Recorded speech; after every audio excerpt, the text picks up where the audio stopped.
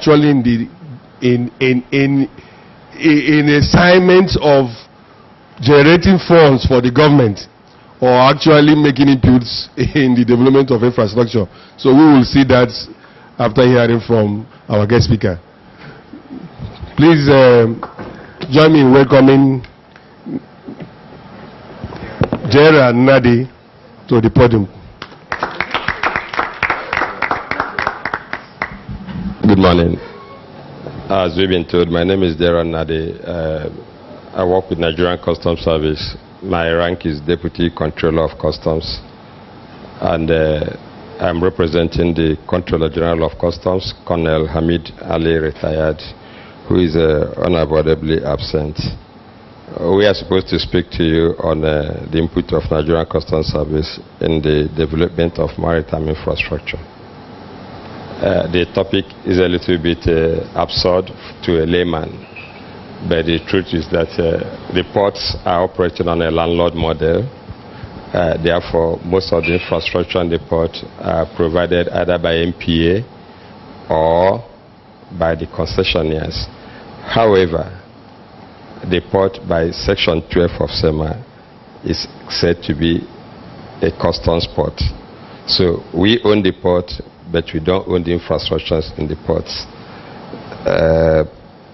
What I would try to do is to tell you that we have tools.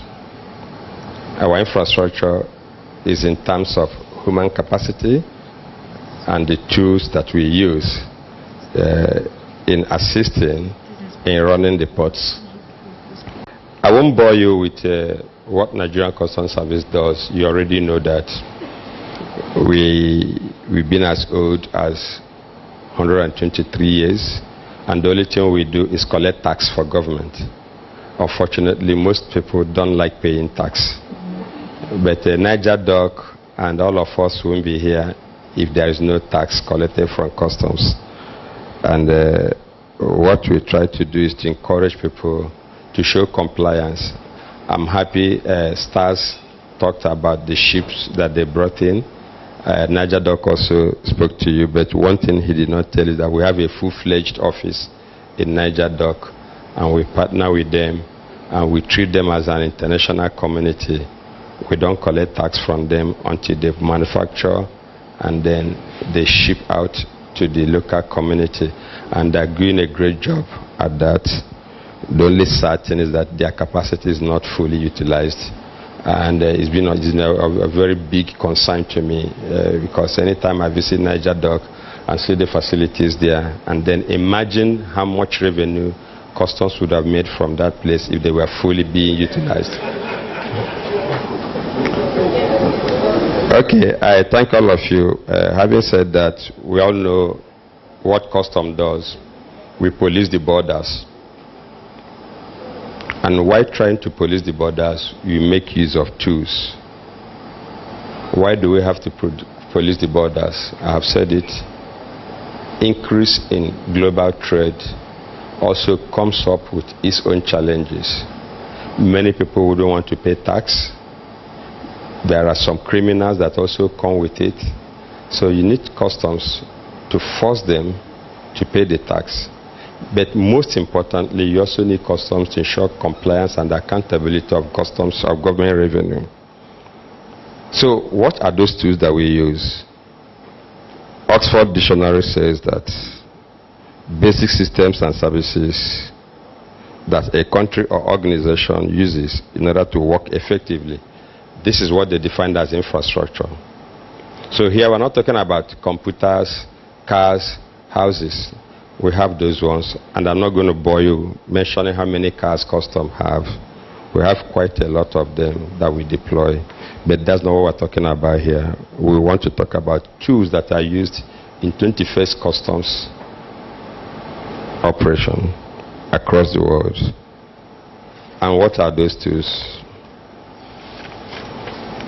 Before we talk about them, let me just give you a little bit of what we do.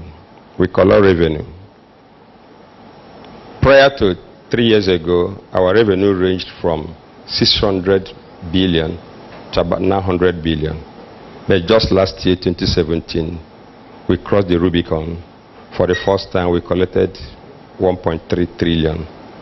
Does not mean tax. If you recall that Nigeria's budget is just like if you divide that, if you multiply that money by, say, 6. So for an institution that single-handedly collected 1/6 of the budget of this country, I think we deserve to come here and tell you the tools that we use in doing it. And one of the greatest tools we use is our human capacity. And I'm grateful to government for the opportunity they give to customs always. Another thing we do is try to create an enabling environment for trade. The common name they call it is trade facilitation. What NigerDoc just presented to you, I've been to NigerDoc twice since this year, all to see. You may ask me why I'm not a shareholder in NigerDoc, but their operations impact on our revenue. I've even told them before that there should be a roundtable with all the relevant ministries. I just want to use them as an example because they're here to discuss what we can do to either use policy or government instruments to help NigerDoc, even though they are private business. Okay. Then another thing we do again is we also work on national security. Now, when we're working on national security here, we're not talking about just acting like police. One thing you should notice that government just spent $460-something million to purchase 12 military helicopters for operations against insurgents. The question is, where did this money come from? Tax, isn't it? So we provide security in this country. And beyond providing money for buying equipment, we also provide environmental security. If some of us had watched TV last week, you would have seen that we seized 3 containers of electronic waste. Those electronic wastes came in with high content of lithium, mercury, and other things that would have caused cancer across the nation if we allowed them come into the country and join our water system, underground water system. So apart from national security that we provide funds for, we also make efforts to provide environmental security. But then latest one that is of most important that I want you to take home is social security and health security. We all know the effect of codeine and tramadol now in the country is ravaging our youths. Again, just last week, from my command, we seized 2 containers of that. Now, as a business person here, how does your work impact on that of customs? Some of us are very conversant with buying of cars. We disturb you along the route. You ask questions. Why are custom people along the route? Where we are there? When were these vehicles coming in? I want you to disabuse your mind from that and know that we've gone beyond chasing cars that are smuggled to managing your health and your security. And having said that, I won't talk again about why we deploy trade tools. I've just said about that. Now, what drives trade in Nigerian ports? Everybody here is involved in trade, be it oil and gas, be it importation of even the basic things that we put on our body, be it food, be it pharmaceuticals. We say growing international trade volume, that is increased cargo throughput, and of course it must continue to increase. Why are we saying this? It is important because as cargo throughput is increasing, the ports remain static. The Apapa port was built in 1955. Tinkan port was built in 1976. When they were built, the cities around the port were not there. And if they were there, the population you have around there wasn't there in the first instance. So you have deficient infrastructure. So it becomes a challenge when you import your cargo. Cargo dwell time increases. Because where your cargo would have left the port in 2 hours, it remains inside the port for 22 days, as I read in Business Day yesterday. That becomes a major challenge. That is money wasted. Because the demurrage you are paying should have gone into other services that would have helped increase capacity in your organization. So increased cargo throughput becomes a challenge for infrastructural development, and we're trying to do our best to see what we can do, and I will tell you about that. Again, increased trade liberalization. Before, countries operate in isolation of each other, but with improved technology, global trade is trying to accommodate other societies. Therefore, you have ECOWAS. You have Continental Free Trade Agreement. We went to Zimbabwe and we discussed about it with very high hopes. We invited all the DGs of customs from all over Africa to come to Nigeria and discuss about Continental Free Trade Agreement, which has been in the offing since 1991, but for which a set deadline was set for 2017. Suddenly 2017 was there. We were to go and sign the agreement, and Nigeria said they are not signing. Because we always have this fear that we are the giant of Africa, and for every agreement we sign, Nigeria loses. But I don't know how you will lose if you have a population of over 190 million people, and apart from South Africa, you have the biggest number of industries in Africa. So if you sign a free agreement, it means you will be able to produce and then push out your goods. So ultimately you will gain. Most cargo, most consumable items consumed in the entire West Africa is manufactured in Nigeria. Even water. If you go to Togo, as late as 3 years ago, there were just 4 brands of water sold in Togo. 3 were from France. The other one was from Nigeria. So what are we talking about here? Now, why are we always afraid to sign agreements? Ghana just signed that CFTA. We refuse to sign. As a civil servant, you don't question government opinion, isn't it? But then as businessmen, I will throw it to you to ask questions. Again, imagine new trade rules. We just signed trade facilitation agreement. Then we had the presidential ease of doing business. These are issues that impact on infrastructure and tools. We have proliferation of trade agreements, common external tariff. Hitherto before now, we had a tariff. I've seen a freight forwarder here.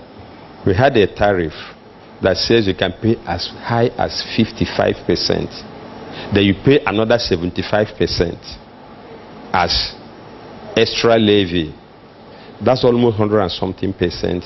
And when you pay that, how do you break even if you're a business person? It becomes a major challenge and increases smuggling. Because when smugglers smuggle, they may get it away. They may get away with it at maybe 30%. So you are competing with a man who brought in goods at 30%, and then you brought in yours at 100 and something percent. So in their own wisdom, West Africa agreed to introduce a common external tariff. We are still stubborn. Why that tariff has 4 bars? We asked for 5 and we were given. That's why your vehicle now is 35%. And if you are bringing it as new vehicle, you pay 70%. So if a man brings in a new vehicle to Togo or Benin Republic at 20% and succeeds in smuggling it in through the border, that's 20%, isn't it? But you bringing yours at 70%, so there's a marked difference of 50%, which is very big profit for a smuggler. So he can afford to say, I will die. That's why sometimes you see on social media pictures of customs officers being hacked and vehicles being burnt. The incentives for smuggling are there. So we try to deploy tools that will discourage this. I'm trying to tell you what drives trade.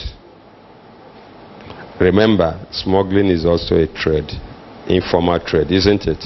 So trade is not just about the formal ones that people like you engage in. The smuggler is also a trader. He's also doing business.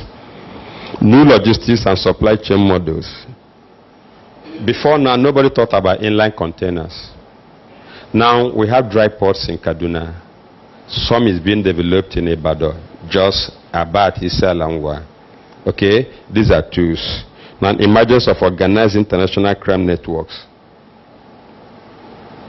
People hack into systems. One of the greatest challenges we have now is that people bring in vehicles from the border, use somebody's business name and somebody's bill heading to capture it inside a DTI, which is a tool and infrastructure we've given to his business, and then cause discomfort for the other businessman.